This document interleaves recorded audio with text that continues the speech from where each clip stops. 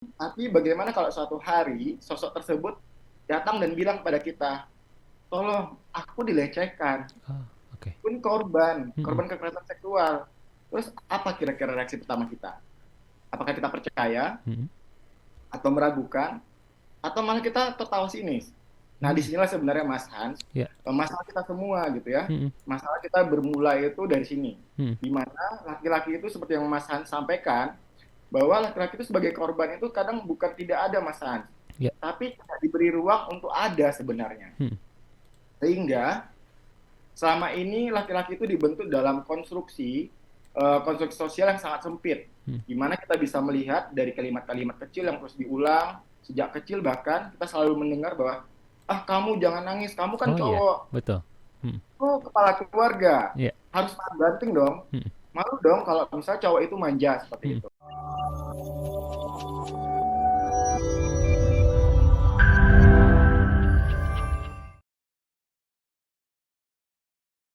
Hari ini kita akan ngobrol santai tapi cukup bermakna tentang sebuah realita yang sering terabaikan. Pria sebagai korban kekerasan seksual. Yes, sahabat sonora, memang Anda tidak salah dengar, meskipun sering kali dipersepsikan sebagai pihak yang kuat dan tak mungkin menjadi korban, tapi ternyata banyak pria yang juga mengalami kekerasan seksual, tapi memilih untuk diam. Bukan karena tidak ingin bicara, tapi karena tak didengar.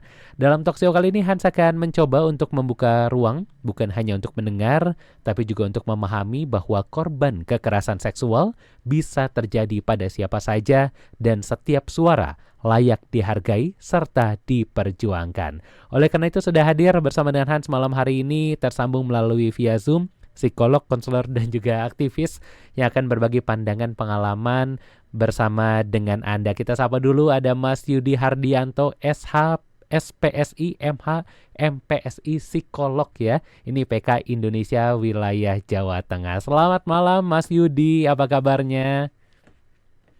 Selamat malam Mas Hans, Alhamdulillah baik. Mas Hans gimana kabarnya? Sehat baik dari Studio Sonora Jakarta Mas Yudi. Terima kasih sudah bergabung malam hari ini Mas Yudi. Ya, terima kasih juga sudah diundang di Sonora ya Mas Hans ya. Baik, Mas Yudi, ini kita mau ngomongin soal bagaimana pria juga ini ternyata bisa menjadi korban kekerasan seksual. Seringkali masyarakat Indonesia kalau ngomongin soal kekerasan seksual dalam tanda kutip seringkali dipersepsikan bahwa laki-laki ini adalah pelakunya, perempuan ini adalah korbannya. Tapi ternyata kita juga hari ini mau belajar bahwa ternyata bisa terjadi sebaliknya ataupun bahkan ada teori lain yang mungkin akan kita bahas di malam hari ini bahwa ternyata pria juga bisa menjadi korban. Bagaimana dengan data maupun fakta terkini Mas Yudi mengenai kekerasan seksual terhadap laki-laki belakangan ini? Baik, terima kasih Mas Hans untuk pengantarnya. Tapi sebelum kita memulai, mungkin Hmm. saya ingin menyapa dulu ya Sobat Sonora semua. Apa kabar semuanya? Selamat malam Sobat-Sobat Sonora yang budiman. Nah, saya ingin mengajak dulu rekan-rekan membayangkan satu gambar yang Hmm. mungkin sangat familiar bagi kita. Oke. Okay. Itu sebuah gambar seorang pria Hmm. karena biasa selalu diasosiasikan dengan sosok yang tegap, Ya. tegas, Hmm. ya, kemudian tampak tangguh di luar. Hmm. Ya, jadi itu mungkin sosok ayahnya Hmm. ataupun Hmm. kakaknya Hmm. atau suaminya ataupun sahabatnya sendiri. Oke. Okay. Nah, sosok ini sering digambarkan sebagai pelindung ya biasanya Mas Hans Hmm. ya. Betul. Kan orang yang perlu dilindungi seperti itu. Ya. Tapi bagaimana kalau suatu hari sosok tersebut datang dan bilang pada kita, tolong, aku dilecehkan, Oh, oke. Okay. pun korban, Hmm. korban kekerasan seksual. Terus apa kira-kira reaksi pertama kita? Apakah kita percaya Hmm. atau meragukan atau malah kita tertawa sinis? Nah, Hmm. disinilah sebenarnya Mas Hans, Ya. masalah kita semua gitu ya. Hmm. Masalah kita bermula itu dari sini, Hmm. di mana laki-laki itu seperti yang Mas Hans sampaikan, bahwa laki-laki itu sebagai korban itu kadang bukan tidak ada Mas Hans, Ya. tapi tidak diberi ruang untuk ada sebenarnya. Hmm. Sehingga selama ini laki-laki itu dibentuk dalam konstruksi sosial yang sangat sempit, Hmm. di mana kita bisa melihat dari kalimat-kalimat kecil yang terus diulang sejak kecil, bahkan kita selalu mendengar bahwa ah kamu jangan nangis, kamu kan Oh iya, cowok, betul. Hmm. oh kepala keluarga, Ya. harus tahan banting dong, Hmm. Malu dong kalau misalnya cowok itu manja seperti Hmm. itu. Nah, sebenarnya kalimat-kalimat ini terdengar biasa ya Mas Hans Ya. ya. Namun bila kalimat ini terus disampaikan, maka Hmm. ini dianggap sebagai pendidikan. Hmm.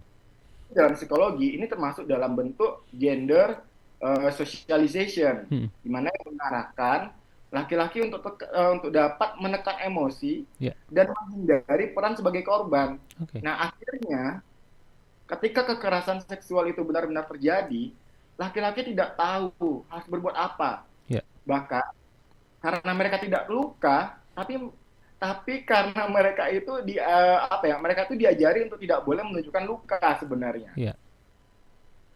Kalau kita berbicara data nih Mas Hans, Hmm. saya melihat dari laporan sebuah organisasi yang khusus untuk penyintas laki-laki di Amerika itu menyebutkan bahwa 1 dari 6 laki-laki pernah mengalami pelecehan seksual, Hmm.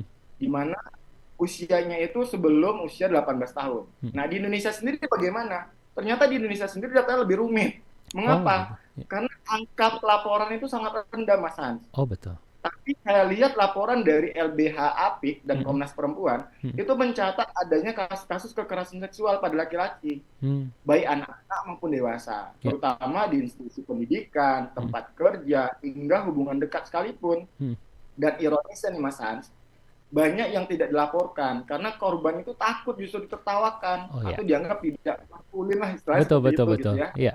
Nah, dalam teori psikologi perkembangan dan trauma itu dikenal dengan istilah namanya role strain, Hmm. yaitu tekanan yang muncul ketika seseorang tidak mampu memenuhi peran sosial yang dilekatkan padanya. Hmm. Jadi, kita bisa bayangkan dong seorang pria yang dilecehkan, kemudian di satu sisi dia trauma dan masa kotor, kemudian Hmm. takut, Hmm. marah, tapi di sisi lain masyarakat bilang laki-laki itu harus kuat, Ya. laki-laki itu penakluk, bukan yang ditaklukkan. Hmm. Nah, inilah konflik sebenarnya Mas San, konflik internal yang disebut sebagai maskulinitas toksik yang yang selalu disebut oleh Gen Z sekarang itu kan, Hmm. wah Betul toksik betul. maskulin. Ya. Iya. Nah, ketika standar laki-laki ini justru jadi ketika standar sosial soal laki-laki ini yang menjadi masalah justru malah membatasi kemanusiaan itu sendiri Hmm. gitu. Jadi analogi gampangnya tuh begini, ya bayangkan aja Mas Hans itu punya luka bakar di tangan. Hmm. Tapi semua orang di sekitar Mas Hans tuh bilang gini, ah udahlah Hans, masa sih tangan kamu kan kuat. Iya. Akhirnya Mas Hans gimana? Cuma bisa diam toh. Tidak Mas Hans bilang, diobatin aduh ini gitu. Hmm. luka terbakar. Udahlah kamu, tangan kamu kan kuat. Hmm. Kita nggak bisa berkata-kata lagi kan, Hmm. Hmm. karena kita langsung diam. Tapi lukanya itu tetap ada nggak? Tetap Ada. ada lukanya. Betul. Bahkan bisa infeksi kalau tidak pernah Obati ya. ditangani atau Hmm. diobati. Hmm. Ya enggak? Betul. Nah, saya cerita sedikit Mas Han, Hmm. ternyata saya tuh pernah menangani seorang klien Mas Han, ya, Hmm. klien pria, Ya. pria dewasa ya kalau kita bisa Hmm. sebut tuh mungkin sekitar usianya itu sekitar 35 tahun, Oke. di mana dia bekerja di bidang hukum waktu Hmm. itu, Hmm. sosoknya sangat berwibawa. Hmm. Namun pada saat sesi konseling, Hmm. pasien saya ini menangis Mas Han, seperti Oh, oke. seperti anak kecil. Hmm. Dia bahkan cerita bahwa saat usia 13 tahun, Hmm. dia pernah dilecehkan oleh guru les privatnya. Oh. Oke. Coba, Hmm. seorang pria juga Mas Han. Oh, oke. Hmm. Nah, terus dia bilang begini, Pak, saya benci diri saya, tapi saya tidak pernah bercerita. Hmm. Saya takut mau cerita ke siapa-siapa. Hmm. Karena nanti kalau saya cerita, orang akan mengira saya gay. Oh Saya ya betul. pria yang Hmm. menyukai sesama jenis Hmm. seperti Hmm. itu. Hmm. Saya takut dianggap aneh. Iya. Bayangkan, selama 22 tahun, Hmm. dia hidup dalam diam dan benci terhadap dirinya sendiri. Hmm. Dia sukses secara karir, tapi kosong secara emosi. Oh. Dia tidak pernah percaya pada siapapun, bahkan istrinya. Hmm. Hmm. Dan ini bukan satu kasus saja, Mas Hmm. Hans. Saya yakin banyak dari kita mungkin pernah menemukan pria seperti itu di sekitar kita. Betul. Tampak Betul. baik-baik saja, tapi menyimpan luka yang dalam. Hmm. Seperti itu.